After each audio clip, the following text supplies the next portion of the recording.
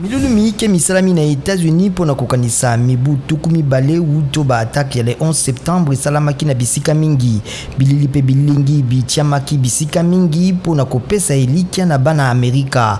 Joe Biden asengi bomoko. Dr Denis Mukwege alobi ekozala malamu na président Félix Tshisekedi kosenga na likita ya bakambi ya bikolo na ONU botindami na lombango ya baluki pona mbeba na RDC. Prix Nobel ya kimia bandeli kosenga botiami ya tribunal pénal pona RDC. Union africaine etelemisi yango pe lokola Guinée na misalami ya yango mikolo mibale nsima na mokano ya lolenge moko CEDEAO ezwaki. Lipingali ya CEDEAO lisengaki lobi na Conakry na basoda bazwi bokonzi kotika président Alpha Condé. Bayikoli banso ba université pe bakelasi ya likolo bapesami mitindo ya kozwa mangole ma COVID-19 ya mbona kokota pe kozongela kelasi na Congo Brazzaville. Mangole ma COVID-19 makomi pe lotomo pona bakumbi mituka lokola taxi na bus pe bateki banso na Congo Brazzaville.